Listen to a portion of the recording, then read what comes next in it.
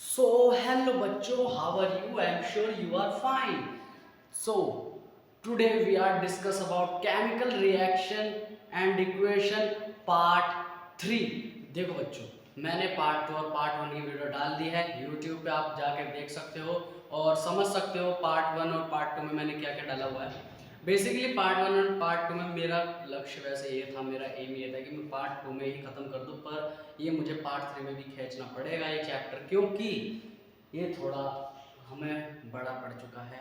57 and 48 minute की हमारी ये 2 वीडियोस बनी थी, पार्ट 1 एंड पार्ट 2। पार्ट 1 में तो हमने chemical reaction, equation, reactant, product, balance, chemical equation, ये सारी चीज़ें कर ली थी हमने। और दूसरी कि हमने पार्ट 2 में फिर क्या कर लिया था, हमने चारों रिएक्शन कर लिए थे। आज हम करने वाले हैं टॉपिक्स यानी जो मेन जो छोटे मोटे टॉपिक्स हैं, आज हम वो निपटाने वाले हैं। और एक रिएक्शन और करने वाले हैं हम, रिडॉक्स रिएक्शन। और तो फिर हम शुरुआत से लेकर चलेंगे लाइन वाइज, जो पहले आएगा तो जो पहले आएगा, फिर उसके बाद बुक के हिसाब से निपटा देंगे। और आज मैं पक्का ये वादा करता हूँ, ये मैं निपटा ही दूंगा आज का चैप्टर। आज चैप्टर ये ख़त्म हो जाएगा, आज आप दिक्कत मत लो। और जिसको जो भी इस वीडियो में नया आया है, जिनने ये चैप्टर नहीं पढ़ा है, वो जाके प्लीज़ आप मेरी पार्ट 1 एंड पार्ट 2 वीडियो देख लो, और अभी फ़िलहाल तो पार्ट 3 देख ही लो, ताकि आप वैसे टॉपिक समझ लो, या फिर पार्ट 1 एंड पार्ट 2 देख लो और फिर पार्ट 3 देख लेना, ठीक है। और तो पहले तो वीडियो शुरू करने से पहले इस चैनल को सब्सक्राइब कर दो, सबसे पहले सब्सक्राइब कर दो, ताकि मैं हर बार इस वीडियो में, मतलब हर बार मैं हर वीडियो में बताता हूँ कि सब्सक्राइब करने से नोटिफिकेशंस ऑन हो जाती है मेरे चैनल की, जिसके कारण जो भी मैं आपको चैप्टर पढ़ाऊंगा ना, तो सबसे पहले आप लोगों के पास पहुंच जाएगी वीडियो। तो समझते क्यों नहीं हो यार? पढ़ना नहीं है क्या? पढ़ना है, चलो बोर्ड है, ठीक है। जल्दी जल्दी सब्सक्राइब कर दो और फिर चलो शुरू करते हैं अपनी video. Chemical reaction and equation part 3। Part 3 में हम बेसिकली हमने टाइप्स ऑफ केमिकल रिएक्शन सारे कर चुके हैं हम, combination reaction, decomposition reaction, displacement reaction, ठीक है। बट हमने अभी तक इनके भी कुछ टाइप होते हैं। कॉम्बिनेशन रिएक्शन के अंदर एक टॉपिक है, डिकम्पोजिशन रिएक्शन के अंदर 3 टॉपिक हैं, एंड 4 टॉपिक हैं, और फिर reduction and oxidation redox reaction के अंदर है। तो ये सारी चीज़ें हमने आज करनी है। कोरोजन, रेंसिडिटी, ये सारी चीज़ें हमें आज करनी है। तो हम शुरू करते हैं बिना टाइम वेस्ट किए, क्योंकि फिर हमारे ज़्यादा टाइम खिंच जाता है, फिर मैं आज खींचना नहीं चाहता हूँ, ठीक है। तो शुरू करते हैं। और बच्चों देखो, जो भी अगर टॉपिक ना समझ में आता हो ना, तो प्लीज़ आप लोग क्या करे करो कि कमेंट में मुझे बता दे करो, फिर मैं उस टॉपिक की मैं अच्छी तरीके से वीडियो में आपको बना के अपलोड करूँगा यूट्यूब पे, फिर आप देख सकते हो। क्योंकि फिर आपका भी घाटा होगा, फिर मेरा भी घाटा होगा। कि मेरा घाटा ये होगा कि आपको समझ में नहीं आएगा, मेरा ज्ञान फिर बर्बाद जाएगा, है ना। तो ये है कि कमेंट में बता दे करो, मैं तुरंत आपको बता दे करूँगा, और आपको तो घाटा फिर होएगा ही, क्योंकि फिर आपको समझ में कुछ नहीं आएगा, ठीक है। कोई बात नहीं, अब शुरू करते हैं अपने। तो सबसे पहले हम शुरू करते हैं कॉम्बिनेशन रिएक्शन से। किससे? Combination reaction. तो आप लोग सोच रहे होंगे कि कॉम्बिनेशन रिएक्शन तो हमने कर लिया था, बिल्कुल कर लिया था हमने कॉम्बिनेशन रिएक्शन, बट इसके अंदर एक टॉपिक है एक्सोथर्मिक रिएक्शन। कौन सा टॉपिक है? Exothermic reaction. एक्सोथर्मिक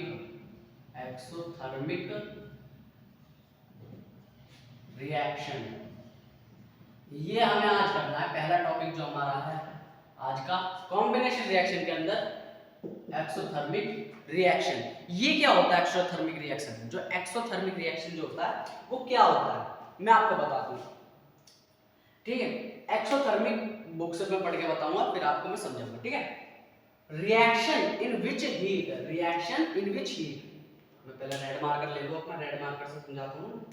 तो रिएक्शन इन विच हीट, ऐसा रिएक्शन जिसके अंदर से हीट जो मतलब हवा में, वेपर में जो हीट मतलब गर्माहट, भाप, ठीक है, हीट।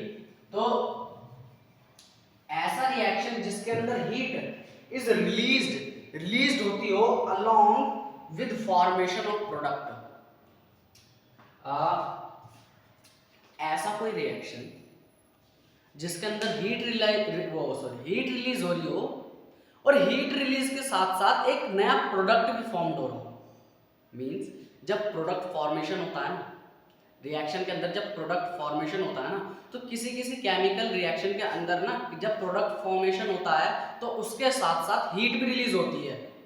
तो जब भी किसी भी रिएक्शन के अंदर कोई सा भी प्रोडक्ट अगर फॉर्मेशन हो रहा है, किसी भी प्रोडक्ट का फॉर्मेशन हो रहा है और उसके साथ साथ हीट भी रिलीज हो रही है, तो उसे हम क्या कहेंगे? Exothermic reaction. अब इसका एग्जांपल देख लेते हैं।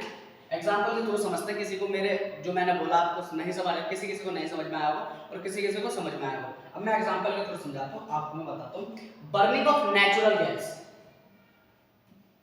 Burning of natural,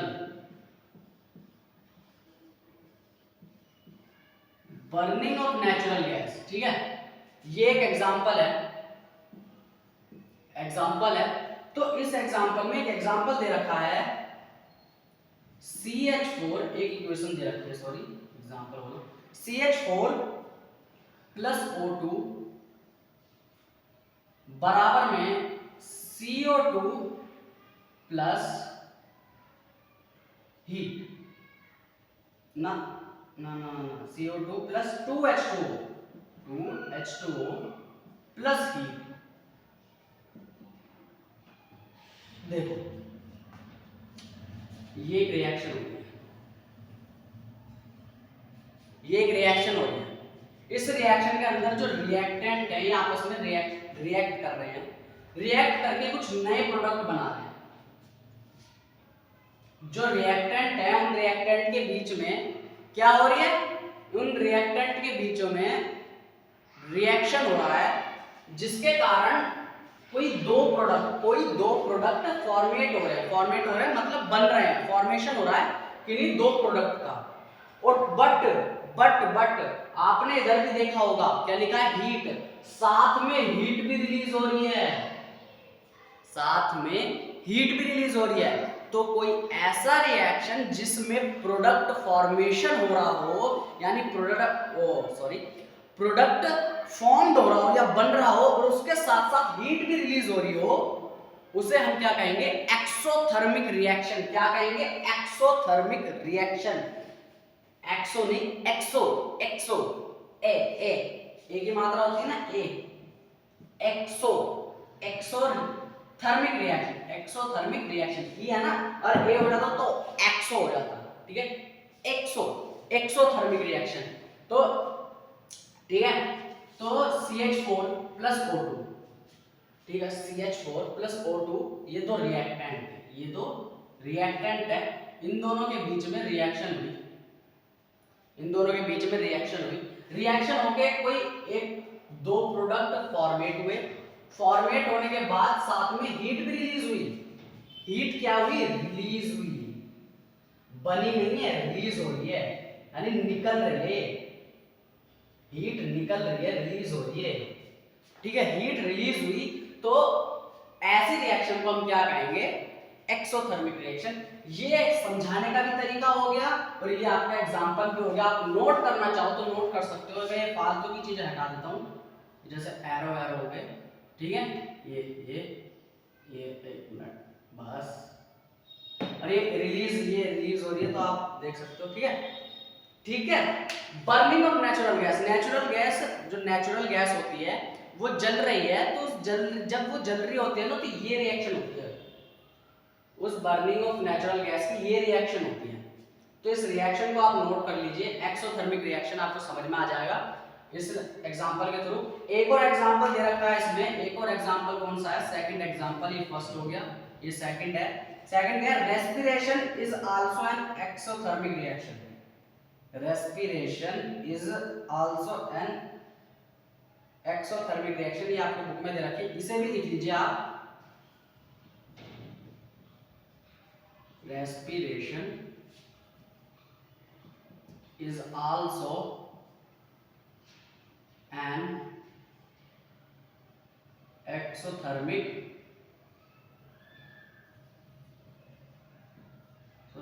reaction. Respiration हो रही है एक्सोथर्मिक, ठीक है, respiration is also an exothermic reaction.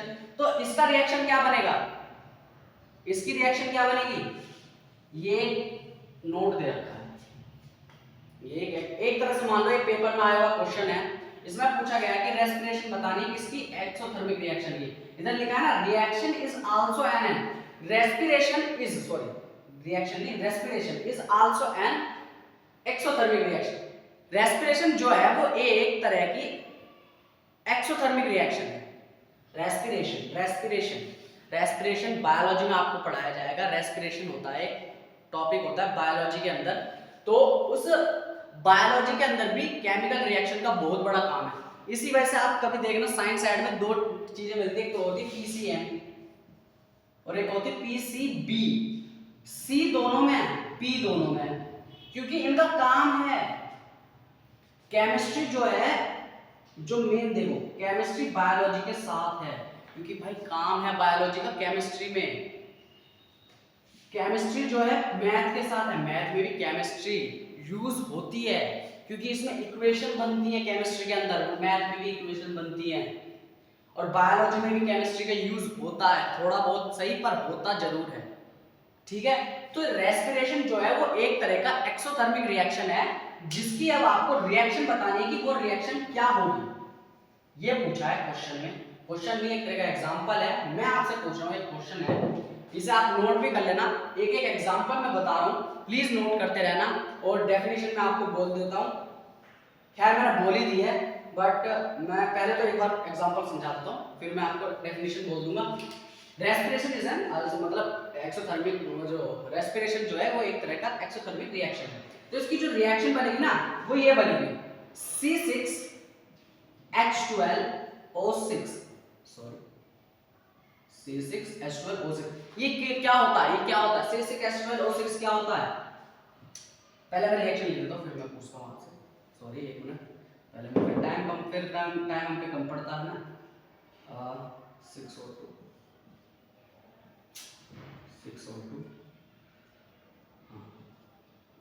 6CO2 plus 6H2O plus NH। ठीक है, देखो ये एक इसकी, ये किसकी रिएक्शन है, ये इसकी रिएक्शन है, रेस्पिरेशन की, रेस्पिरेशन की रिएक्शन है। बायोलॉजी में आप पढ़ सकते हो, बायोलॉजी में आपको पता लग जाएगा, ठीक है, जब हम आगे पढ़ेंगे ना तो आपको बता दूंगा मैं।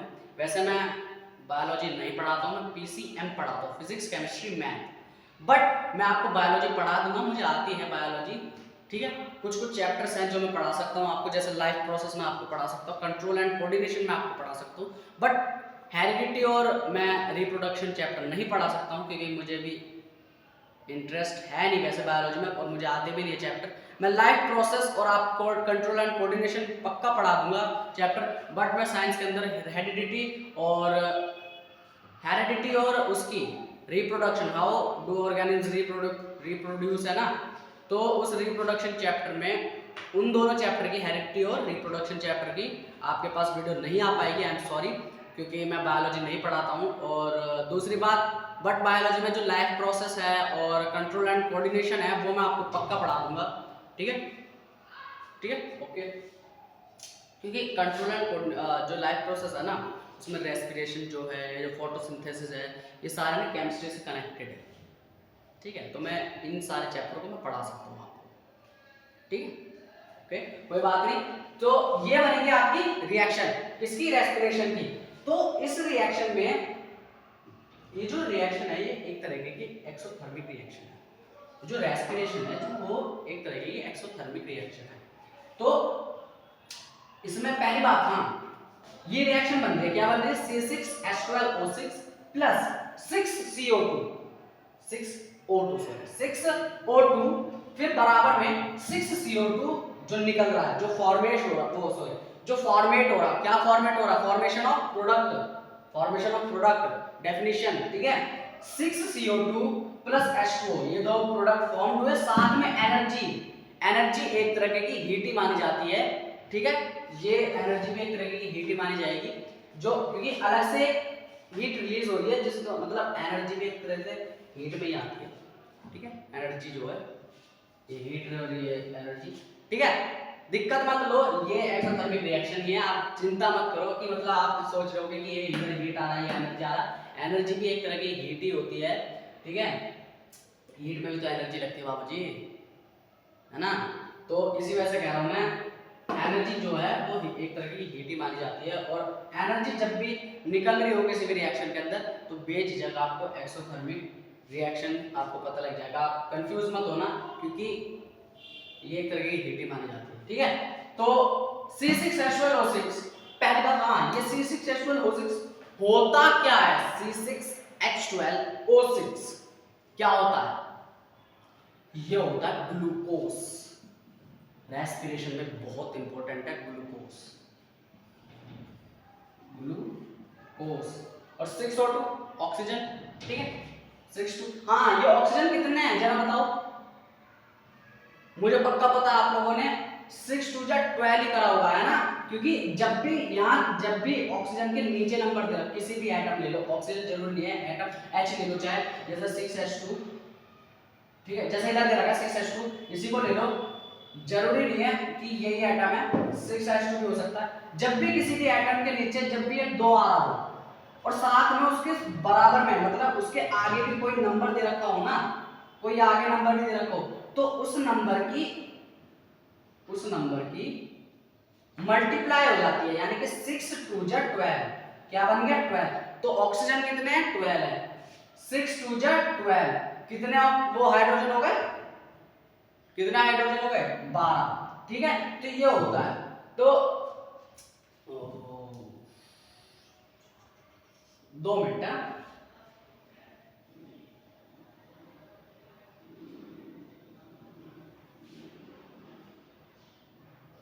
ठीक है। देखो, ये ग्लूकोज होता है, ये ऑक्सीजन होता है, और ये कार्बन डाइऑक्साइड ऑब्वियसली। तो ये दो रिएक्टेंट है, इन दो रिएक्टेंट के बीच रिएक्शन हो रही है। रिएक्शन होगी, कोई दो नए प्रोडक्ट फॉर्मेट हो रहे हैं, बन रहे हैं, और उनके साथ साथ एक हीट भी रिलीज हो रही है, यानी एनर्जी रिलीज हो रही है। तो ये एक्सोथर्मिक रिएक्शन है। तो आई होप अब आपको एक्सोथर्मिक रिएक्शन समझ में आ गया होगा, ठीक है। तो आपको नोट करना है, नोट कर लीजिए, मैं पीछे हट गया हूँ, वीडियो पॉज करो, नोट कर लो, तो ठीक है। अब मैं डेफिनेशन और बोल, हाँ, इसके आइडेंटिटी नहीं है, इसकी आइडेंटिटी नहीं है, कोई कॉम्बिनेशन रिएक्शन की है, वो गलती हुई। अब इसकी डेफिनेशन क्या है? डेफिनेशन ये है, reaction in which heat is released along with the formation of products, ठीक है। ये डेफिनेशन है जो कि मैंने आपको जब पढ़ा रहा था, मैं आपको तभी बता दी थी, ठीक है। तो ये है एक्सोथर्मिक रिएक्शन, ठीक है। आई होप आपको समझ में आ गया होगा। अब बढ़ते हैं हम नेक्स्ट टॉपिक की तरफ, अपने डीकंपोजिशन,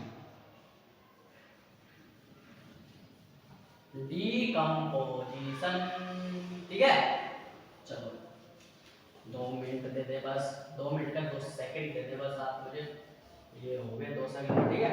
तो अब डीकंपोजिशन रिएक्शन,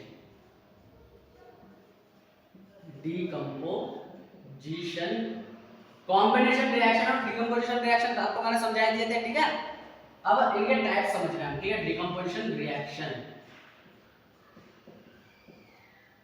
ठीक है। इसके अंदर जो टॉपिक है, पहला है thermal reaction, thermal decomposition reaction, thermal decomposition reaction, ठीक है। थर्मल रिएक्शन, तो ये क्या होता है? थर्मल डीकंपोजिशन रिएक्शन होता है when decomposition is carried out by heating. ये रिएक्शन तब होती है जब हीट के द्वारा, जब भी कोई डीकंपोजिशन जो होता है, जब वो डीकंपोजिशन जब भी हीट के द्वारा हो रहा हो ना, तो उस रिएक्शन को हम क्या कहेंगे? Thermal decomposition reaction. लिखा है, डेफिनेशन पढ़ो भाई, डेफिनेशन क्या लिखी है? व्हेन डीकंपोजिशन इज कैरिड, जब डीकंपोजिशन कैरिड करता है, कैरिड क्या मतलब? कैरी करता है, उठाता है, किसको उठाता है या फिर किसको रखता है अपने पास? कैरिड आउट बाय हीटिंग के थ्रू, जब भी decomposition is carried out by, जब भी हीट के द्वारा डिकम्पोजिशन कैरी किया जाता है उसको हम थर्मल रिएक्शन कहते हैं। हीट के द्वारा कैरी किया जाता है डिकम्पोजिशन, डिकम्पोजिशन के द्वारा हीट नहीं, डिकम्पोजिशन के द्वारा हीट नहीं, हीट के द्वारा डिकम्पोजिशन। ठीक है, हीट के द्वारा डिकम्पोजिशन जब भी कैरी किया जाता है ना तो उसको हम क्या कहते हैं, थर्मल डिकम्पोजिशन रिएक्शन। इसका एग्जांपल देखते हैं, इसका एग्जांपल आपको तुरंत समझ में आ जाएगा, मैंने डेफिनेशन बोल दी है। और तो इसका एग्जांपल है,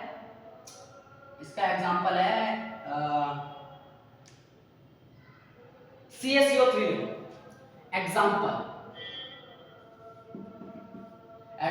CaCO3, इसका ये एग्जांपल है। तो इस एग्जांपल में मैंने आपको डिकम्पोजिशन रिएक्शन में बिल्कुल डिट्टो यही मैंने आपको एग्जांपल बताया था, याद करो, बताया था कि नहीं बताया था, उसी रिएक्शन की ये बात हो रही है। अब ये CaCO3 जो रिएक्शन है, हम यदि इसको हीट करें, गर्म करें, तो जब हम इसे गर्म करेंगे ना, इधर हीट लिख देते हो, इधर हीट आएगा क्योंकि इसे हीट किया जा रहा है। इसमें हीट नहीं निकल रही है, इस रिएक्शन में हीट निकलेगी नहीं, बल्कि क्या होगा, हीट नहीं निकलेगी, हीट की जगह क्या होगा, इसे हीट करा जाएगा। हीट नहीं निकलेगी बल्कि हीट करा जाएगा। जब हम इस रिएक्शन को हीट करेंगे, गर्म करेंगे, तो क्या होगा, क्या निकलेगा हमारा, CaO प्लस CO2, ये हमारे क्या निकलेंगे, प्रोडक्ट। जब भी हम CaCO3 को हीट करेंगे तो हमारा क्या निकलेगा, प्रोडक्ट। कौन से प्रोडक्ट निकलेंगे, calcium oxide plus carbon dioxide.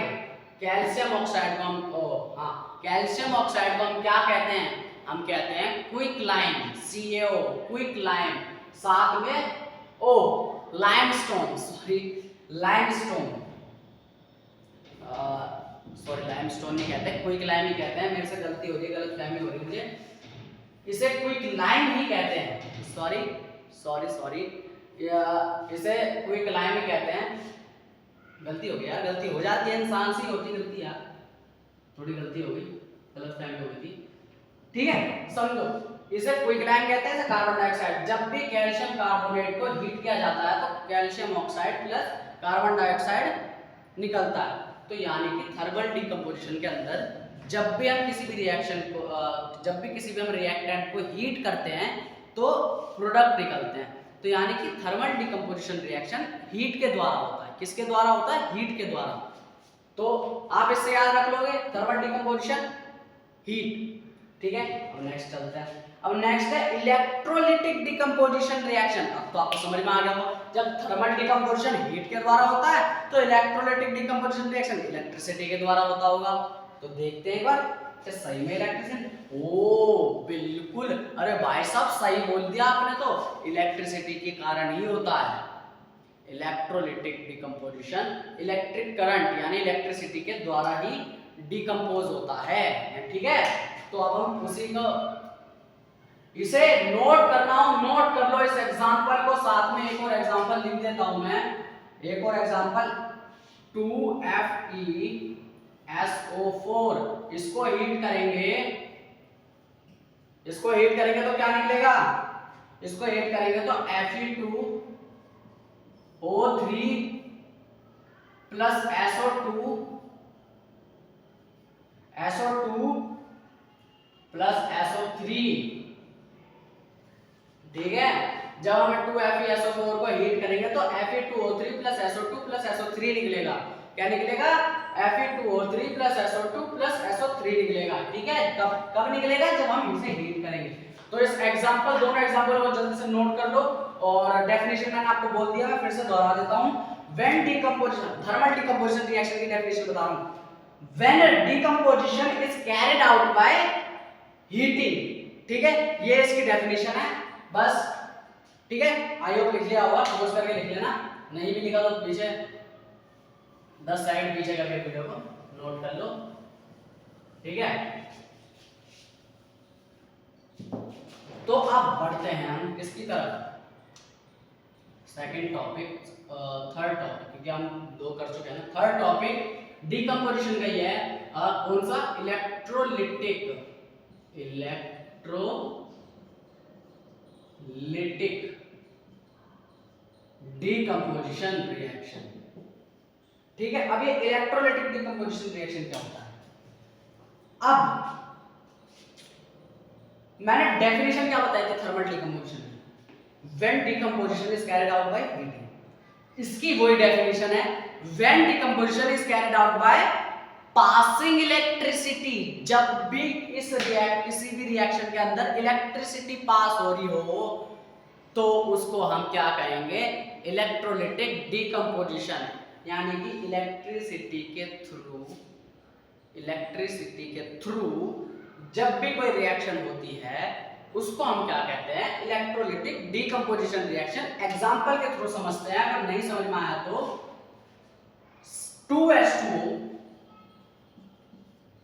2H2O एक रिएक्टेंट है। इस रिएक्टेंट को यदि हम इलेक्ट्रिसिटी से पास करवाएं, यानी इलेक्ट्रिक करंट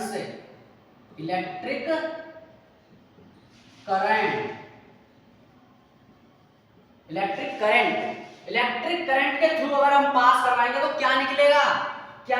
भाई 2H2 प्लस O2 निकलेगा। क्या निकलेगा? 2H2 plus O2।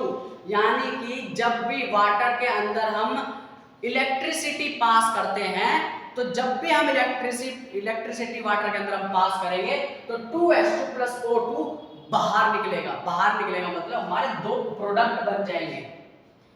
अभी तो ये एक वाटर है, जब हम इसमें वाटर में हम क्या करेंगे? इलेक्ट्रिसिटी डालेंगे ना, इलेक्ट्रिक करंट के थ्रू हम पास कर मतलब इलेक्ट्रिसिटी हम पास करेंगे ना, इलेक्ट्रिक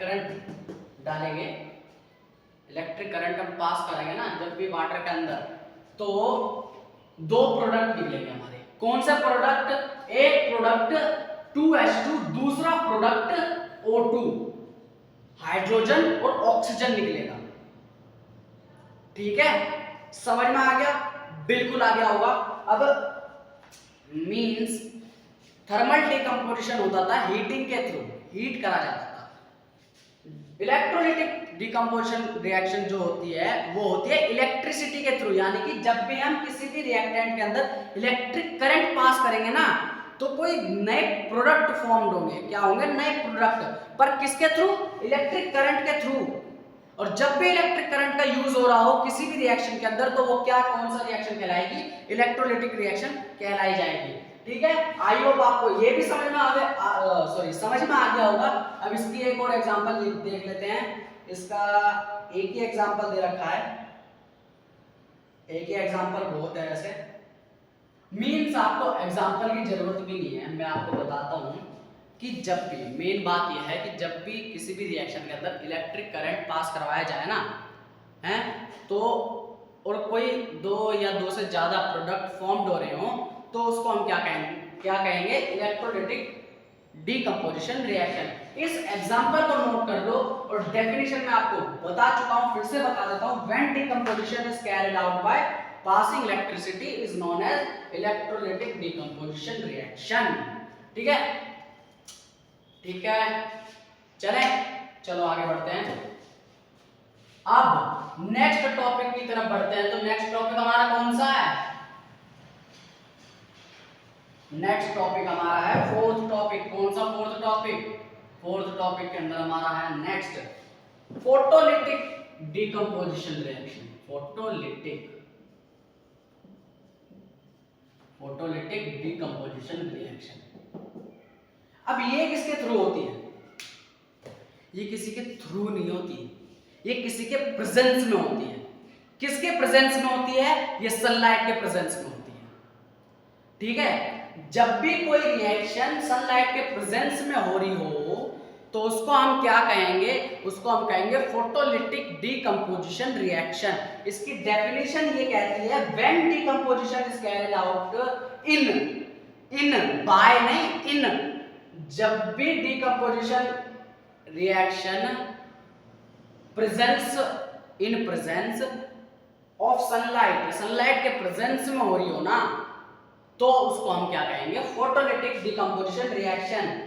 ठीक है, डेफिनेशन ये है when decomposition is carried out in लिखा है, बाय नहीं लिखा, इन यानी कि प्रेजेंस में, ठीक है। तो out in presence of sunlight when decomposition is carried out in presence of sunlight, ठीक है। ये इसकी डेफिनेशन है और मीनिंग मैंने आपको समझा दी क्या, कि जब भी सनलाइट के प्रेजेंस में कोई रिएक्शन हो रही हो उसको हम क्या कहेंगे, अरे भाई फोटोलिटिक डिकम्पोजिशन रिएक्शन कहेंगे ना, ठीक है। तो इसके एग्जांपल के थ्रू हम समझ लेते हैं। जरा एग्जांपल क्या है हमारा, एक एग्जांपल दे रखा है 2AgCl, 2AgCl, ये एक रिएक्टेंट है। क्या है ये? एक रिएक्टेंट है, ये एक रिएक्टेंट है। इसको यदि हम सनलाइट के प्रेजेंस में अगर इसकी रिएक्शन करवाएं, इसकी रिएक्शन सनलाइट के प्रेजेंस में करवाएं, यानी इसमें सनलाइट की प्रकाश डालें, सनलाइट डालें, यानी कि इस रिएक्टेंट पे अगर सूरज की रोशनी पड़ेगी, प्रेजेंस ऑफ सनलाइट, सूरज की रोशनी जब भी पड़ेगी तो ये किन दो प्रोडक्ट में टूटेगा, ये प्रोडक्ट में टूटेगा, कौन से? 2Ag प्लस Cl2, ठीक है। सॉरी एक मिनट, 2 मिनट दे रहे हैं मुझे, ठीक है। 2AgCl पे जब भी हम सनलाइट डालेंगे, सनलाइट जब भी हम इस 2AgCl पे डालेंगे तो क्या बनेगा? 2Ag हम नहीं डालेंगे, मतलब जब भी सनलाइट इस रिएक्टेंट में जब भी सनलाइट पड़ेगी ना तो ये दो प्रोडक्ट फॉर्म होंगे, ठीक है। कौन दो प्रोडक्ट? ये दो प्रोडक्ट फॉर्म होंगे 2Ag प्लस Cl2। इसका एक और एग्जांपल ले लेते हैं हम। इसका एक और एग्जांपल है, दे रखा है बुक में 2AgBr, 2AgBr ब्रोमीन होता है Br। तो इसके ऊपर अगर हम सनलाइट डालेंगे तो कौन सा प्रोडक्ट फॉर्म होंगे? कौन सा प्रोडक्ट फॉर्म होंगे? 2Ag, एक प्रोडक्ट, फिर दूसरा प्रोडक्ट Br, ठीक है। यानी हम जब भी 2AgBr पर जो ये रिएक्टेंट है, इस रिएक्टेंट में सनलाइट डालेंगे, मतलब सनलाइट जब भी पड़ेगी तो हमारे दो रिएक्टेंट निकलेंगे। कौन से रिएक्टेंट निकलेंगे? 2Ag प्लस Br रिएक्टेंट और प्रोडक्ट निकलेंगे। रिएक्टेंट बोल रहा हूं, सॉरी, प्रोडक्ट निकलेंगे, ठीक है। समझ में आ गया? बिल्कुल आ गया होगा। तो एग्जांपल समझ लिया, डेफिनेशन बोल दी, मीनिंग भी बता दी क्या होता है। तो अब नेक्स्ट रिएक्शन की तरफ चलें। समझ में आ गया होगा यार, फिर से दोहरा देता हूं मैं कि जब भी कोई सा भी रिएक्शन किसी, मतलब जब भी डिकम्पोजिशन प्रेजेंस ऑफ सनलाइट में हो रही हो ना, प्रेजेंस ऑफ सनलाइट यानी कि सनलाइट के प्रेजेंस में जब भी कोई डिकम्पोजिशन हो रहा हो उसको हम क्या कहेंगे? फोटोलिटिक डिकम्पोजिशन रिएक्शन, ठीक है। क्लियर? बिल्कुल क्लियर। तो चलो आगे बढ़ते हैं। अब आगे बढ़ते हैं नेक्स्ट, फोर्थ नहीं फिफ्थ टॉपिक की तरफ, एंडोथर्मिक रिएक्शन। कौन सा reaction? Endothermic reaction, sorry, sorry, highlight करना पड़ता ना, ब्लैक लिखना पड़ता है। कौन सा है टॉपिक हमारा? Fifth topic, endothermic. I hope जो भी मैं आपको समझा रहा हूं, जितने टॉपिक मैंने समझा दिया आपको समझ में आ गए होंगे आप लोगों को। एंडोथर्मिक रिएक्शन ये डिकम्पोजिशन रिएक्शन के अंदर आता है। ये एक ऐसा रिएक्शन है जो किसी के भी फॉर्म में एनर्जी रिलीज कर देता है। रिलीज मतलब इसके पास ऐसी एनर्जी है, ये एक ऐसा रिएक्शन है जो हर किसी के प्रेजेंस में हो जाता है। ये सनलाइट के प्रेजेंस में हो जाता है, ये सनलाइट के प्रेजेंस में हो जाता है, ये इलेक्ट्रिसिटी के थ्रू हो जाता है, ये हीट के थ्रू, कोई सा भी रिएक्शन। यानी कि मैं डेफिनेशन के थ्रू आपको समझा देता हूं clearly. The reaction which require energy, ऐसा रिएक्शन जो रिक्वायर करता है ऐसी एनर्जी को जो form in the form of किसके फॉर्म में रिक्वायर करता है? ऐसा रिएक्शन जो एनर्जी को रिक्वायर करता हो किस फॉर्म में रिक्वायर करता हो, हीट के फॉर्म में रिक्वायर करता हो, लाइट के फॉर्म में रिक्वायर करता हो, इलेक्ट्रिसिटी के फॉर्म में रिक्वायर करता हो, और टू ब्रेक रिएक्टेंट्स, और रिएक्टेंट को तोड़ता हो, तो उसको हम क्या कहेंगे, एंडोथर्मिक रिएक्शन। यानी कि किसी भी रिएक्शन के अंदर अगर तीनों चीजें हो रही हो ना, तीनों चीजें हो रही हो ना, तो उसको हम एंडोथर्मिक रिएक्शन कहते हैं। जैसे कि देखो मतलब देखो the reaction which require energy, एक एनर्जी को रिक्वायर करता है, ठीक है। एनर्जी को, ऐसी एनर्जी है इसके पास जो ऐसी एनर्जी को रिक्वायर करता है। एनर्जी रिक्वायर करता है किसी के फॉर्म में, किस चीज के फॉर्म में, लाइट के फॉर्म में। फर्स्ट लाइट, सेकंड हीट, ठीक है। थर्ड कौन सा, थर्ड है, बताओ यार, रे भाई इलेक्ट्रिसिटी, ठीक है। किनके फॉर्म में, इन तीनों के फॉर्म में। इन तीनों के फॉर्म में जब भी ये कोई सा रिएक्शन एनर्जी रिक्वायर करे तो उसको हम क्या कहेंगे, एंडोथर्मिक रिएक्शन कहेंगे। इसका एक एग्जांपल, 2 मिनट मुझे दें, इसका एग्जांपल मुझे याद है, कहीं मैंने शायद बायोलॉजी के चैप्टर में देखा था। ओके 2 मिनट बस, only 2 minute.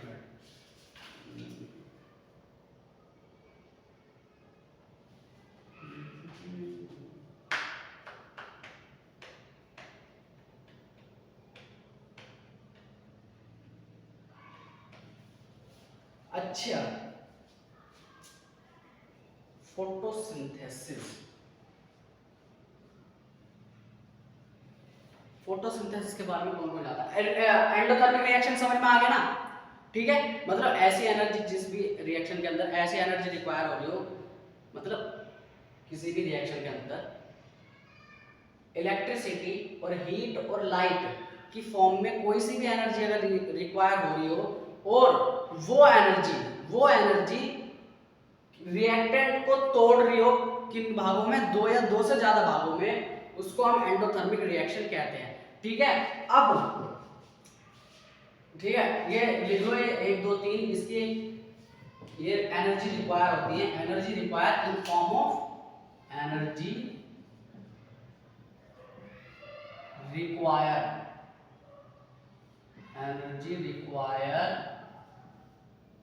in the form of light, heat and electricity, ठीक है। इसको नोट कर लो, ये बहुत रहेगा आपके लिए।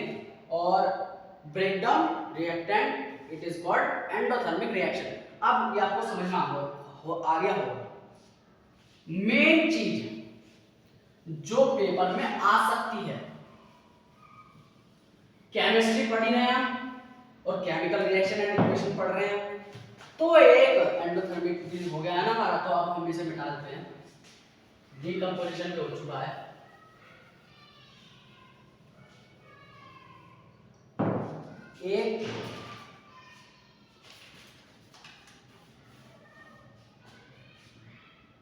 एक वो है फोटोसिंथेसिस, अधिकतर बच्चों ने सुना होगा। फोटोसिंथेसिस क्या होता है,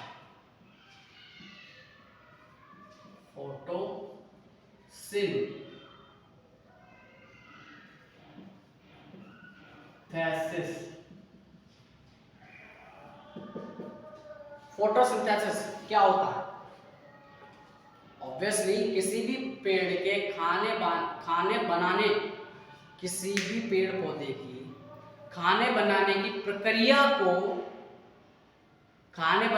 प्रक्रिया थ्रू, किसी के थ्रू मतलब ऑक्सीजन के थ्रू, कार्बन डाइऑक्साइड के थ्रू, सनलाइट के थ्रू, क्लोरोफिल के थ्रू, जब भी इन सब के थ्रू, यानी कि मेन बात यह है, खाना बनाने की प्रक्रिया को फोटोसिंथेसिस कहते हैं पेड़ पौधों की।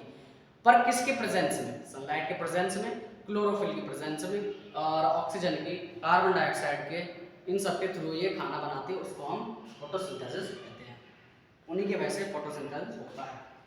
तो इसकी भी अपनी केमिकल इक्वेशन है और ये पेपर में आ सकती है। Right the chemical equation of photosynthesis, 2 या 3 नंबर की आ सकती है। ये बहुत मोस्ट इंपॉर्टेंट है और जो बच्चे होते हैं ना, इसको नजरअंदाज करते हैं कि यार ये थोड़ा ना आएगी, ये तो बायोलॉजी है, बायोलॉजी में तो रट्टा चाहिए और ये तो रट्टे वाली है ही नहीं, मतलब ये तो आएगी नहीं। बच्चों तुम नजरअंदाज कर देते हो इस चीज को, और मतलब बच्चे नजरअंदाज कर देते हैं, आप लोग नहीं करोगे, क्योंकि मैं बता रहा हूँ इसकी अपनी एक इक्वेशन है, इसकी एक अपनी इक्वेशन है, केमिकल इक्वेशन, जिसे फोटोसिंथेसिस की केमिकल इक्वेशन क्या है, 6CO2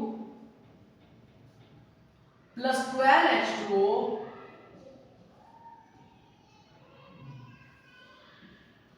ये भी फोटोसिंथेसिस किसके प्रेजेंस में होता है, ऑब्वियसली सनलाइट के प्रेजेंस में होगा। साथ के साथ मैंने एक और चीज बताई थी, किसके, एक चीज के और प्रेजेंस में होता है, सोचो, क्योंकि मैं तो बता ही दूंगा, एक और चीज के प्रेजेंस में होता है।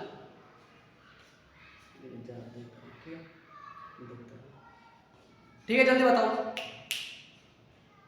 देख लो, मैं किसी बात करो, सॉरी, देख लो, ठीक है। तो मैं तो बता ही दूंगा ना, जल्दी बताओ, जल्दी। अरे भाई साहब, क्लोरोफिल के प्रेजेंस में मैंने अभी बताया था कि प्रक्रिया, जब भी फोटोसिंथेसिस की प्रक्रिया होती है तो उसमें किसके थ्रू प्रक्रिया होती है, सनलाइट के, क्लोरोफिल के, और ऑक्सीजन और कार्बन डाइऑक्साइड की भी जरूरत पड़ती है, मैंने बताया तो है। तो इसमें सोचने वाली क्या बात है यार, क्लोरोफिल, सीधा सीधा एकदम, क्लोरोफिल, ठीक है। अब इन दोनों के बीच, ये दो रिएक्टेंट है, इनके बीच अगर रिएक्शन होगी किसके प्रेजेंस में, सनलाइट और क्लोरोफिल के प्रेजेंस में, तो क्या होगा,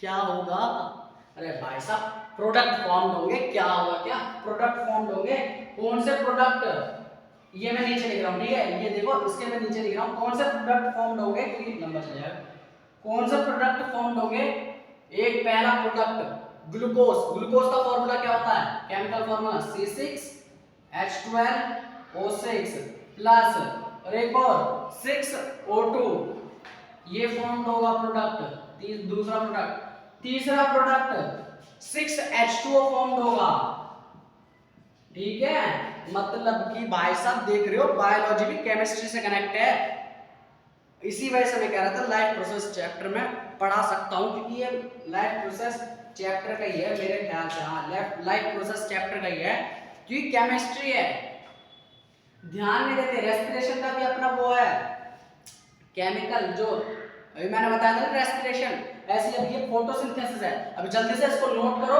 इसको नजरअंदाज मत करना, इसको रिवाइज करना, और ये मोस्ट इंपोर्टेंट क्वेश्चन होता है सीबीएसई बोर्ड के अंदर, ठीक है। नहीं तो ये अगर मान लो 2-3 नंबर में भी नहीं आता ना, तो ये 1 नंबर के एमसीक्यूज में पक्का आ जाता है, ठीक है। तो जल्दी कर लो नोट, चलो आई होप कर लिया होगा, नहीं करो तो 2 मिनट लो, ठीक है, स्टार्ट किया मैं, अब वीडियो पॉज करके आप कर सकते हो। तो अब हमने देख लो एक एक्स्ट्रा चीज भी पढ़ ली ना, पढ़ लेनी पड़ेगी, तो बच्चों इसी तरीके से पढ़ाई करते रहो, और मैं भी आपको एक्स्ट्रा चीजें पढ़ाता रहूंगा, आपको कोई दिक्कत नहीं होने दूंगा मैं, बट आपको भी थोड़ा बहुत एफर्ट देना पड़ेगा। ये नहीं कि मतलब मैं आपको पूरी गारंटी नहीं दे सकता, पूरी क्या मैं गारंटी नहीं दे सकता कि मेरा पढ़ाया हुआ आएगा, अरे मतलब गलत मत लो, मतलब जो मैं पढ़ा रहा हूँ उसमें से आएगा, पर ये नहीं कि जो मतलब जैसे मैं क्वेश्चंस करवा रहा हूँ या फिर एग्जांपल दे रहा हूँ वही डिट्टो आ जाएंगे, नहीं, आपको भी अपना पढ़ना पड़ेगा, अदर बुक क्वेश्चंस करने पड़ेंगे, जो कि मैं आपको करवाऊंगा, अदर बुक क्वेश्चंस भी करवाऊंगा मैं आपको, ठीक है। और मैथ्स का भी हम करने वाले हैं, ये हफ्ते में देखो मैंने कही थी हर हफ्ते 3 वीडियो आया करेगी, तो अब मैं क्या करूँ, ये इतनी लंबी चली गई वीडियो, मैं अब कोशिश करूंगा कि मैं जल्द से जल्द समझाने की कोशिश करूँ हर एक चैप्टर को। और मैथ का भी मुझे एक ना एक वीडियो डालनी पड़ती है, तो अब अगले हफ्ते ये चैप्टर खत्म होती है, जो अगला हफ्ता मतलब यानी कल से, कल मंडे ट्यूसडे में आपके पास मैथ के पहले चैप्टर की वीडियो आ जाएगी 1.1 एंड 1.2 एक्सरसाइज की। ठीक है, अभी फिलहाल ये करते हैं। तो ठीक है, हमने समझ लिया क्या क्या समझ लिया हमने समझ लिया एक्सोथर्मिक रिएक्शन, हमने समझ लिया थर्मल डिकम्पोजिशन रिएक्शन, हमने समझ लिया इलेक्ट्रोलाइटिक डिकम्पोजिशन रिएक्शन, हमने समझ लिया फोटोलिटिक डिकम्पोजिशन रिएक्शन, हमने समझ लिया एंडोथर्मिक रिएक्शन, और अब हम समझेंगे रिडॉक्स रिएक्शन यानी oxidation and reduction. Oxidation reduction, ये छोटे छोटे टॉपिक हैं, ये तो 2 मिनट में हो जाएंगे बस आपने आँख में बंद मतलब पलक झपकाएगी, खत्म टॉपिक। ठीक है, चलो इतना भी छोटा नहीं है, मजे ले रहा हूँ। तो इसमें कुछ लिखा है, दो पॉइंट लिखे हैं रिडक्शन में भी और ऑक्सीडेशन में भी। ऑक्सीडेशन पहला पॉइंट, पहले हम ऑक्सीडेशन ही कर लेते हैं, या फिर हम इधर वो लिख लेते हैं, इधर रिडक्शन लिख लेते हैं, इधर है ना, इधर रिडक्शन। तो देखो ऑक्सीडेशन क्या होता है? ऑक्सीडेशन में सबसे पहली बात addition of oxygen to reactant, the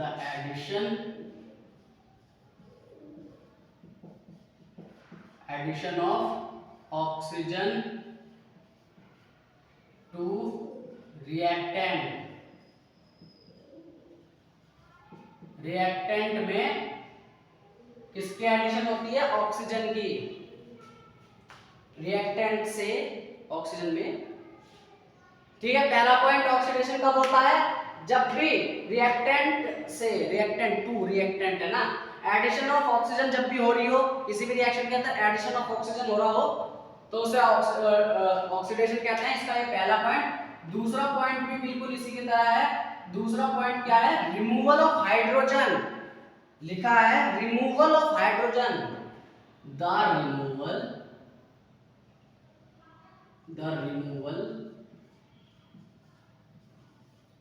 of hydrogen to reactant. इसके पॉइंट पक्का लिख ले बच्चों, ये मैं बुक के ही लिख रहा हूं क्योंकि छोटे छोटे पॉइंट है, मैं इस वजह से लिख रहा हूं। तो ऑक्सीडेशन कब होता है? ऑक्सीडेशन रिडक्शन बाद में समझाता हूं, ठीक है। मैं ऑक्सीडेशन क्या होता है? ऑक्सीडेशन कब होता है? मतलब ऑक्सीडेशन जब होता है जब भी किसी भी रिएक्शन के अंदर एडिशन ऑफ ऑक्सीजन हो रहा हो और रिमूवल ऑफ हाइड्रोजन, यानी कि हाइड्रोजन का घटना और ऑक्सीजन का जुड़ना, ऐसा कुछ हो रहा हो किसी भी रिएक्शन के अंदर, उसको हम क्या कहते हैं? ऑक्सीडेशन। इसका जीता जागता एग्जांपल है 2Cu, सॉरी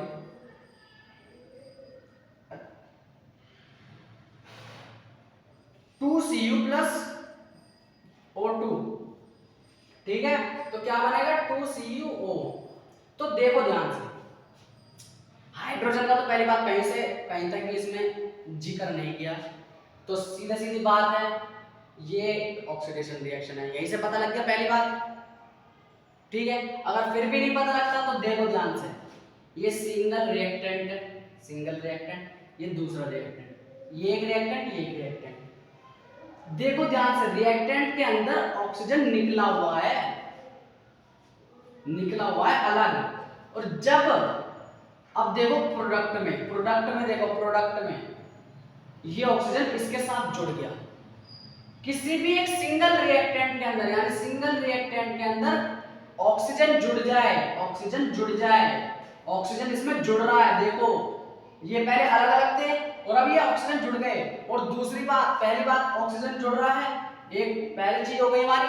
अब दूसरा पॉइंट हाइड्रोजन का रिमूवल, और हाइड्रोजन इसमें कहीं से कहीं तक हाइड्रोजन का जिक्र नहीं किया, तो सीधे सीधे इस पॉइंट का तो कोई मतलब नहीं बनता। और ऑक्सीजन का एडिशन हो रहा है तो इसका पॉइंट का भी मतलब नहीं बनता। जब ऑक्सीजन भी ऐड हो रहा है और हाइड्रोजन इसमें दिया नहीं गया तो जब दोनों पॉइंट का कोई मतलब नहीं बनता तो ये सीधे सीधे ऑक्सीडेशन है। मतलब नहीं बनता, मतलब मेरा है कि जब ऑक्सीजन का एडिशन भी हो रहा है, मतलब कट मतलब यार आप लोग गलत समझ लोगे। मीन्स मेरा जो मीन्स है, जो मैं बताना चाह रहा हूँ, मैं ये बताना चाह रहा हूँ कि देखो ऑक्सीजन का एडिशन भी हो रहा है और हाइड्रोजन इसमें दिया नहीं गया, तो सीधे सीधे क्या है, ऑक्सीडेशन है नहीं है। तो ये एक एग्जांपल है ऑक्सीडेशन का, और जल्दी से इसको वीडियो को पॉज करो और इसे नोट करो, ठीक है। चलो अब नेक्स्ट पढ़ते हैं रिडक्शन की तरफ, ठीक है। ऑक्सीडेशन कब होता है, जब भी ऑक्सीजन का एडिशन और हाइड्रोजन का रिमूवल, मतलब कि ऑक्सीजन जब भी ऐड हो रहा हो और हाइड्रोजन निकल रहा हो किसी भी रिएक्शन के अंदर, उसे हम क्या कहेंगे, सिंपल सी बात है, ऑक्सीडेशन कहेंगे। ऑक्सीडेशन, ऑक्सीजन का, ठीक है, ऑक्सीडेशन। अब रिडक्शन, रिडक्शन क्या होता है, रिडक्शन मैं लिख नहीं रहा, मतलब ऐसे फर्स्ट एडिशन ऑफ, पॉइंट लिखते रहना, ये एडिशन ऑफ हाइड्रोजन, ठीक ऑक्सीडेशन का उल्टा है ये, ठीक ऑक्सीडेशन का उल्टा है। दूसरा पॉइंट इसका है रिमूवल,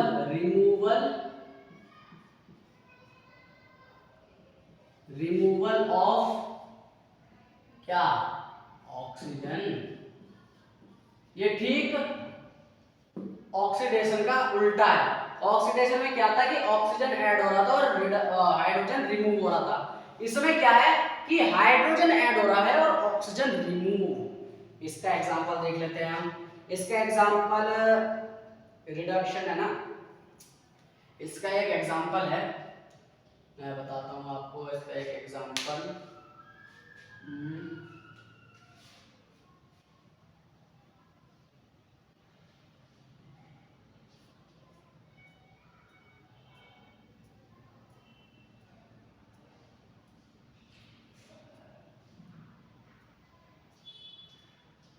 इसका एक एग्जांपल है, देखो CuO प्लस H2O, ठीक है, H2 CuO plus H2, Cu plus H2। ध्यान से देखो, पहले ये हाइड्रोजन अकेला था, ये क्या हुआ कि हाइड्रोजन ने क्या करा, हाइड्रोजन देखो ध्यान से, ऑक्सीजन का इस रिएक्टेंट से रिमूव हुआ, मतलब ऑक्सीजन इधर से हट गया, रिमूव हो गया, और हाइड्रोजन जुड़ गया। हाइड्रोजन जुड़ रहा है, ऑक्सीजन निकल रहा है, ऑक्सीजन निकल रहा है और हाइड्रोजन जुड़ रहा है, तो इसे हम क्या कहेंगे, इसे हम कहेंगे रिडक्शन, क्योंकि CuO के अंदर से ऑक्सीजन निकल गया, ठीक है, और H2 के अंदर ऑक्सीजन जुड़ गया, सॉरी CuO के अंदर से ऑक्सीजन निकल गया और ऑक्सीजन के अंदर H2 जुड़ गया, तभी तो H2O बन गया। यानी हाइड्रोजन का जुड़ना भी हो रहा है और ऑक्सीजन का निकलना भी हो रहा है, ठीक है। तो इसका हम क्या कहेंगे, इसको हम रिडक्शन कहेंगे, क्योंकि हाइड्रोजन देखो जुड़ भी रहा है और निकल भी रहा है, मतलब ऑक्सीजन निकल भी रहा है। और इसी रिएक्शन को हम क्या कहेंगे, रिडॉक्स रिएक्शन भी कह सकते हैं, जिसका हम 12वें असल में पढ़ रहे हैं, रिडॉक्स रिएक्शन। रिडॉक्स रिएक्शन किस वजह से, पहले तो इसे एग्जांपल लिख लो ये, ठीक है, एग्जांपल लिख लिया, और इस एग्जांपल को रिडॉक्स रिएक्शन के अंदर भी लिख लेना, क्योंकि इसमें देखो, इसमें देखना, इसमें ऑक्सीजन निकला, सबसे पहली बात ऑक्सीजन का निकलना क्या हो गया, ऑक्सीजन निकल गया ना, देखो Cu में से अकेला, तो ये क्या होगा, ये होगा क्या, रिमूवल ऑफ ऑक्सीजन लिखा है ना, तो ये हो गया हमारा रिडक्शन,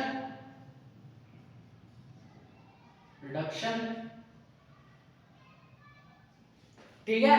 और देखो ध्यान से, ऑक्सीजन क्या हुआ, जुड़ गया, ऑक्सीजन क्या हो गया, जुड़ गया, तो ये क्या होगा हमारा ऑक्सीडेशन, ऑक्सीडेशन क्या होता है? ऑक्सीडेशन के अंदर ऑक्सीजन जुड़ता है और रिडक्शन में क्या होता है? ऑक्सीजन घटता है यानी निकलता है बाहर। तो इसमें देखो इस रिएक्शन के अंदर दोनों चीजें हो रही हैं, और जब भी किसी भी रिएक्शन के अंदर दोनों चीजें हो रही हो ना, तो उसको हम क्या कहेंगे? Redox reaction. रिडॉक्स रिएक्शन, ठीक है। In the reaction, in which reaction, in which reaction the in which reaction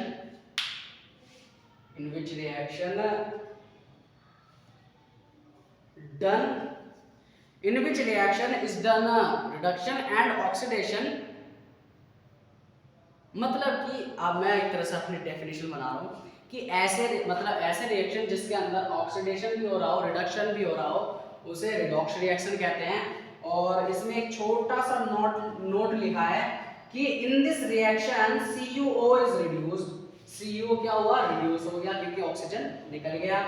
और and H2 is oxidised to H2O, और जो H2 जो है वो ऑक्सीडाइज हो गया।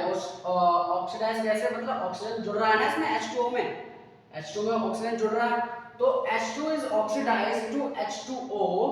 सो oxidation and reduction taking place together, oxidation and reduction taking place together, एक ही प्लेस पे, मतलब कि एक ही रिएक्शन के अंदर दोनों चीजें हो रही हैं, वो भी एक साथ, तो is redox reaction, then it is redox reaction. तो समझ में आ गया? बिल्कुल आ गया होगा। अब ठीक है, रिडक्शन समझ में आ गया, ऑक्सीडेशन समझ में आ गया, और रिडक्शन, ऑक्सीडेशन और रिडॉक्स रिएक्शन, और कौन कौन से रिएक्शन समझ में आ गए मैं? और हमने पढ़ लिए क्या? एंडोथर्मिक, एक्सोथर्मिक और फोटोलिटिक, इलेक्ट्रोलिटिक और क्या नाम है, थर्मल। ये सारे रिएक्शन हमने पढ़ लिए। अब दो छोटे छोटे टॉपिक हैं, उन्हें हम जल्दी से फटाफट करते हैं और इस वीडियो को खत्म करते हैं, और फिर आप लोग छुट्टी मनाना। आज संडे है ना, पर बच्चों ध्यान से पढ़ो क्योंकि 10th क्लास है। मेरी तरह लापरवाही मत करना, क्योंकि मैं 10th में मेरी बहुत कम परसेंटेज थी। मैंने 55% में मैंने साइंस साइड ली थी। इतने कम परसेंट में मैंने साइंस साइड ली है, तो मुझे साइंस में शौक था, पर मैंने पढ़ाई नहीं करी। और फिर मैंने क्या करा कि साइंस साइड ली, और फिर मैंने 11वीं और 12वीं मैंने दम लगा के मैंने मेहनत करी, और फिर मैंने BSc MSc ये सारी चीज़ें करी हैं। ठीक है, तो ध्यान से आप लोग मेरा कर देख के आप सोच रहे होगे कि मतलब छोटा बच्चा सा हूँ, बट मेरी उम्र अभी 25 साल की है, तो आप लोग थोड़ा ध्यान रखें। ठीक है, मैं बच्चा नहीं हूँ, वो मेरे थोड़ा हार्मोन कम, मतलब थोड़ा लेट ग्रो हो रहे हैं। ठीक है, तो कोई बात नहीं, पढ़ाई कभी भी उम्र के साथ नहीं की जाती है, या पढ़ाया कभी उम्र के साथ नहीं जाता। छोटे से छोटा बच्चा भी आपको पढ़ा सकता है। तो ठीक है, कोई बात नहीं, आप मुझे अपना एकदम बराबर से समझो और दोस्ती के साथ पढ़ो, कोई बात नहीं, मन लगा के पढ़ो, पर पढ़ो जरूर। ठीक है, तो अब जल्दी से हम कोरोजन एंड रेंसिडिटी कर लेते हैं। कोरोजन रेंसिडिटी में जल्दी से ये समझा देता हूँ। कोरोजन, इसकी डेफिनेशन जरूरी नहीं है, इसकी डेफिनेशन आप खुद बना सकते हो। कोरोजन और रेंसिडिटी क्या होता है? ये गाने चल रहे हैं, पता नहीं पड़ोस में, ये डिस्टर्ब करते हैं ना ये लोग, पर आपको चिंता मत करें, मैं आपको डिस्टर्ब नहीं होने दूंगा। कोरोजन क्या होता है? कोरोजन उसे कहते हैं जब भी किसी भी मेटल में अगर जंग लग जाए और उस जंग के थ्रू वो मेटल मतलब मेटल जो है वो डैमेज होने लग जाए, तो उसको हम क्या कहते हैं? कोरोजन। जैसे आयरन में रस्टिंग ऑफ आयरन, मतलब जब रस्टिंग हो जाता है आयरन के अंदर, जंग लग जाती है, तो वो डैमेज होने लग जाता है, आसानी से टूटने लग जाता है, आसानी से टूट जाता है ना वो, तो वो उसे हम कोरोजन कहते हैं। ठीक है, उसे हम कोरोजन कहते हैं, यानी कि मेटल का एक्सपोज टू मॉइस्चर, मतलब मॉइस्चर में हवा के अंदर जो हवा का मॉइस्चर होता है ना, उसके थ्रू अगर मेटल डैमेज होने लग जाए या उसके अंदर जंग लग जाए, वो डैमेज हो जाए, उसको हम क्या कहते हैं, कोरोजन कहते हैं। और रेंसिडिटी, रेंसिडिटी क्या होता है, रेंसिडिटी होता है, रेंसिडिटी कभी भी जैसे आपका खाना सड़ जाता है ना, वो किसके कारण सड़ता है, वो सड़ता है रेंसिडिटी के कारण। इसमें लिखा है the oxidation of fats and oil when exposed to air, जब भी हम उसे एक्सपोज्ड यानी कि हवा में रखते हैं और वो एक्सपोज्ड हो जाता है, एक्सपोज्ड मतलब खराब हो जाता है, किसमें, एक्सपोज टू एयर, एयर के थ्रू खराब हो जाता है यानी सड़ जाता है। मेन बात यह है कि कभी भी जब भी आपका खाना सड़ना, खाने के सड़ने को किसके थ्रू, फैट एंड ऑयल के जरिए। इसमें लिखा है the oxidation of fat and oil, fat and oil when expose, जब भी वो फैट एंड ऑयल, जब भी उसके अंदर जो फैट एंड ऑयल है, जब भी वो सड़ने लग जाए खाना, तो खाना भी सड़ेगा ही, तो उसको हम क्या कहते हैं, रेंसिडिटी कहते हैं। तो आई होप आप लोगों को आज का टॉपिक मतलब पार्ट 3 में आपने जितनी चीजें पढ़ी और मैंने पढ़ाई समझ में आ गया होगा, कोई दिक्कत नहीं होगी, और होगी भी तो प्लीज कमेंट में जरूर बता देना। मैं आपके लिए उस टॉपिक के ऊपर एक पर्टिकुलर वीडियो बनाऊंगा, और कोई दिक्कत मत लेना, मैं आपके साथ हूँ 10th के बोर्ड के लास्ट तक, कोई दिक्कत मत लेना। कुछ भी डाउट हो तुरंत कमेंट में डालो, मैं कमेंट पढ़ूंगा और तुरंत उसके लिए मैं एक पर्टिकुलर वीडियो बनाऊंगा। और मैं एक बार देख लेता हूँ कुछ रहता नहीं, बिल्कुल अब कुछ नहीं रहा है, हमारा फर्स्ट चैप्टर कंप्लीट हो चुका है। अब जल्दी से जल्दी क्विक रिवीजन करते हैं कि हमने करा है कि नहीं करा, हमने क्विक रिवीजन जल्दी फटाफट कर लेते हैं। सबसे पहले केमिकल रिएक्शन हो गया कि नहीं हो गया, बिल्कुल हो गया, ठीक है। फिर हमारा क्या आता है, बैलेंस, रिएक्टेंट एंड प्रोडक्ट, बिल्कुल हो गया, हमने पढ़ लिया है। और केमिकल इक्वेशन ये भी हमने पढ़ लिया है, ठीक है। बैलेंस केमिकल इक्वेशन क्या होता है, बिल्कुल हमने पढ़ लिया है। और ये सारी चीजें जितने मैंने अभी तक टॉपिक बोले बैलेंस केमिकल इक्वेशन तक, ये आपको पार्ट 1 की वीडियो में आपको मिल जाएंगे, और आप लोग उसे देख लेना, पढ़ लेना, और मैंने जो जो डेफिनेशन बोली है प्लीज उसको नोट्स भी कर लेना आप, ठीक है। और अब पार्ट 2 की बात करें, जो हमने पार्ट 2 वीडियो में करा था, हमने करे थे टाइप्स ऑफ रिएक्शन, जिसके अंदर कॉम्बिनेशन रिएक्शन हो गया था, डिकम्पोजिशन रिएक्शन हो गया था, डिस्प्लेसमेंट रिएक्शन हो गया था, डबल डिस्प्लेसमेंट रिएक्शन हो गया था, हो गया था कि नहीं हो गया था, बिल्कुल हो गया था। और फिर पार्ट 3 आज की वीडियो में हमने क्या क्या कंप्लीट कर लिया, एंडोथर्मल रिएक्शन कर लिया हमने, थर्मल डिकम्पोजिशन रिएक्शन कर लिया, इलेक्ट्रोलाइटिक डिकम्पोजिशन रिएक्शन कर लिया हमने, फोटोलिटिक डिकम्पोजिशन रिएक्शन कर लिया हमने, और हमने एक्सोथर्मिक रिएक्शन कर लिया, एक्सोथर्मिक एंडोथर्मिक रिएक्शन हमने कर लिए। फिर हमने ऑक्सीडेशन एंड रिडक्शन कर लिया, रिडॉक्स रिएक्शन कर लिया, कोरोजन एंड रेंसिडिटी भी हमने पढ़ लिया है, मतलब मैंने आपको समझा दिया क्या होता है। और अगर मेरे से कुछ भी टॉपिक अगर छूट गया हो तो प्लीज कमेंट में बताना। मेरे हिसाब से एक चैप्टर आज फाइनली हमारा कंप्लीट हो चुका है, और प्लीज अब अगली वीडियो आपकी मंडे ट्यूसडे में पक्का मैं अपलोड कर दूंगा यूट्यूब पे, तो प्लीज आप लोग पढ़ लेना, ठीक है, देख लेना उसको। और अभी फिलहाल इन तीनों वीडियो को एक बार फिर से रिवीजन के लिए फिर से दोहरा लेना, ताकि आपको कोई दिक्कत ना हो। कुछ भी दिक्कत आ रही हो कमेंट में बता दो, मैं उसकी पर्सनली एक वीडियो बना दूंगा। And thank you very very very much कि आप लोग मेरे साथ बने रहे हो इस यूट्यूब वीडियोस में, तीनों वीडियोस में, ठीक है। आई होप आप लोगों ने कर लिया होगा, आई होप आपको अच्छी तरीके से समझ में भी आ गया होगा, एक एक टॉपिक मैंने आपको समझा दिया गया है आप लोगों को। तो इस प्लीज चैनल मतलब ये वीडियो अच्छी लगी हो प्लीज लाइक कर दो, शेयर कर दो कई सारे बच्चों पे, ताकि वो भी इस वीडियो को देखकर पढ़ाई कर लें और उनका भी चैप्टर कंप्लीट हो जाए। और कमेंट में बता देना यार कैसी लगी वीडियो, आपको अच्छे तरीके से समझ में आया कि नहीं आया, कुछ भी डाउट हो तो प्लीज बताना। And thank you very much, bye bye.